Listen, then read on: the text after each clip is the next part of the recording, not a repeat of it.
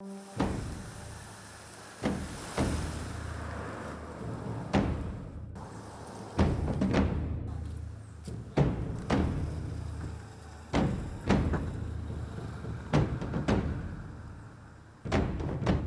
you are reading the sign right. We're in another Maroon community. This time it's Scott's Hall in St. Mary as we continue our focus on the status of the Maroons in Jamaica today.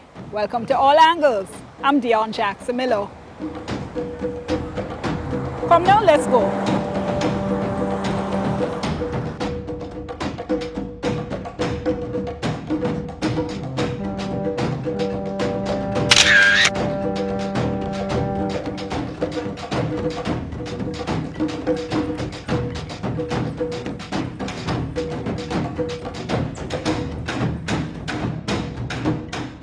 One of the things that outsiders have criticized about Maroon communities sometimes is that you tend to feel sometimes that there's a lack of unity. So having heard you describe that situation with the former colonel, is there some kind of rift in the community?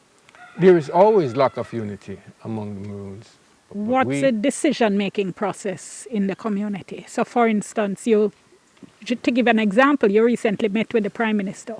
So was there some kind of community consultation that went into that, or when you came back, was there a community consultation? How does that work here? Okay.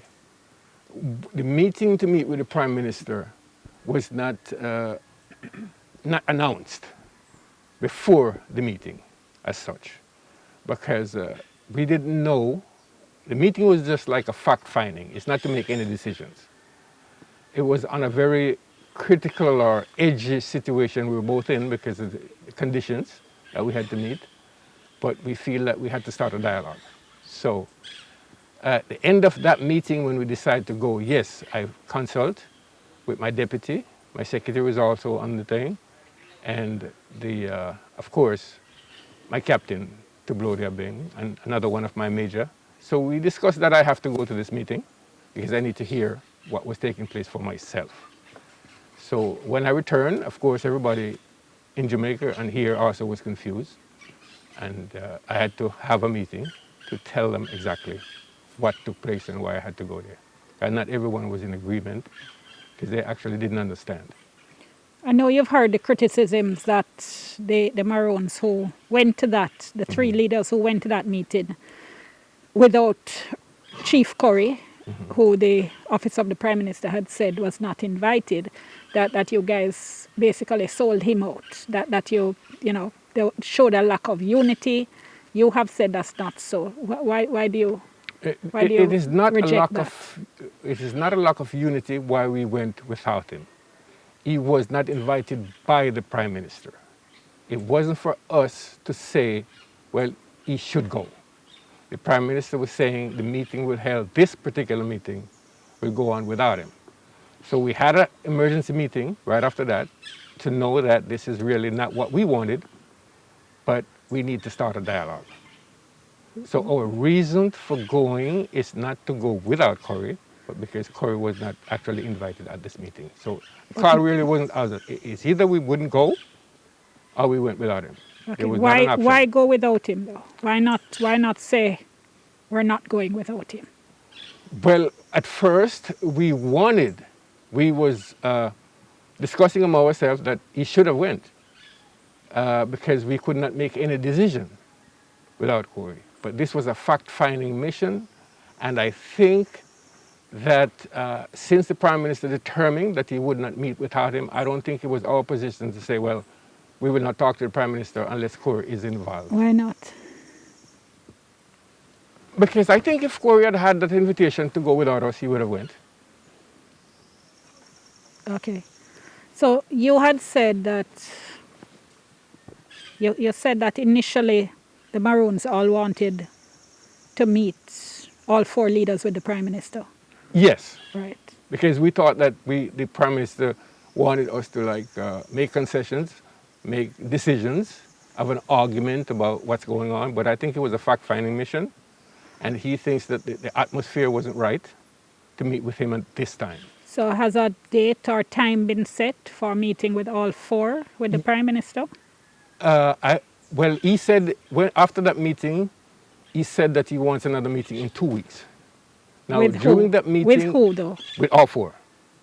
But that's been about 2 weeks now. Has that Yes. been scheduled? Yes, I'm going to say yes, but I didn't get a date yet. Oh, so it's not scheduled. No, because there is still some. We need to talk to Chief Corey also, I think, before we go, so he can understand that it's not so much about him, it's more about us. Tell me what you mean by that. Well, Corey actually started this. Let me just follow up on that, Colonel. You said that Corey started this. Tell me what you mean. Well, what I meant is that we have been in not getting any response or any support from the governments as far as development in our community. And Corey was, I guess, frustrated with that kind of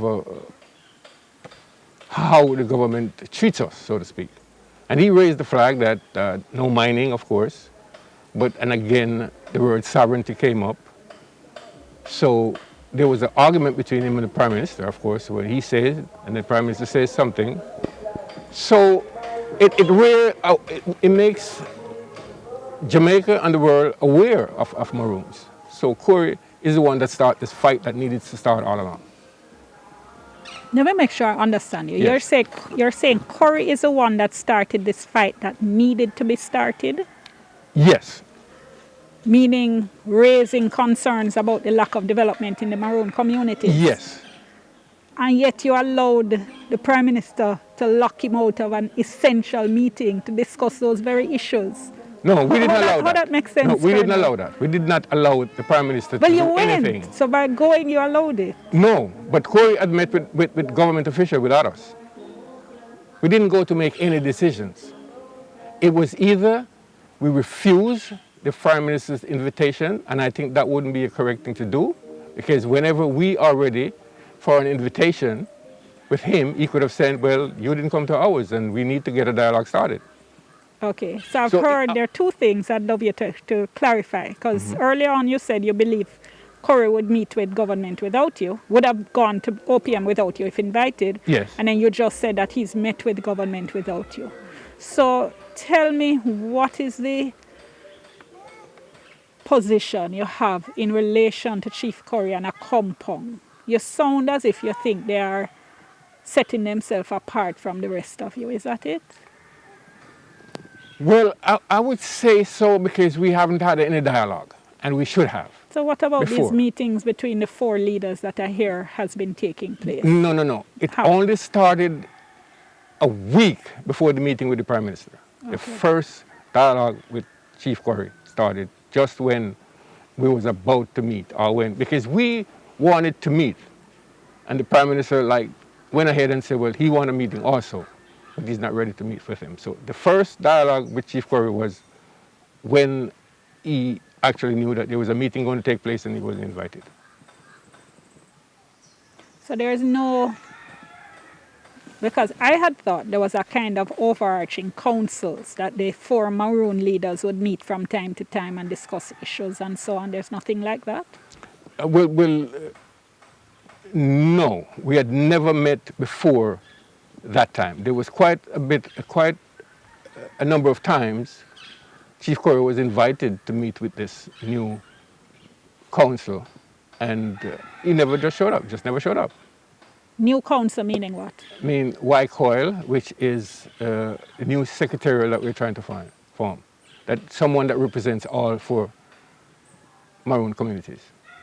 But he didn't want to join that, I guess, because of his, I don't know, not showing what or who is involved. Okay.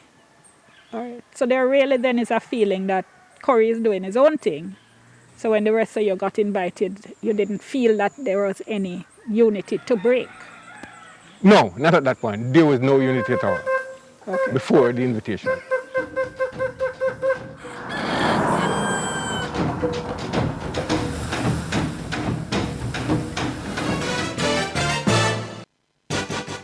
Thank you so much for staying with us. We continue this special edition of All Angles. I'm Dion Jax Miller. Now, we are continuing my interview with the two of the other Maroon chiefs, and you are hearing there from Colonel Latibeder from the Scots Hall Maroons. Now, as a matter of clarity, you heard him mention a group called Y-Coil. That is a Yamawe Council of Indigenous Leaders. It's a grouping that's supposed to include the various Maroon leaders, but also the Taino people of Jamaica and the Yamawe Guani. Now, let me just remind you of our WhatsApp line. It is 3810072. You can also tweet us. Our hashtag is TVJ All Angles. Let's go back to my interview.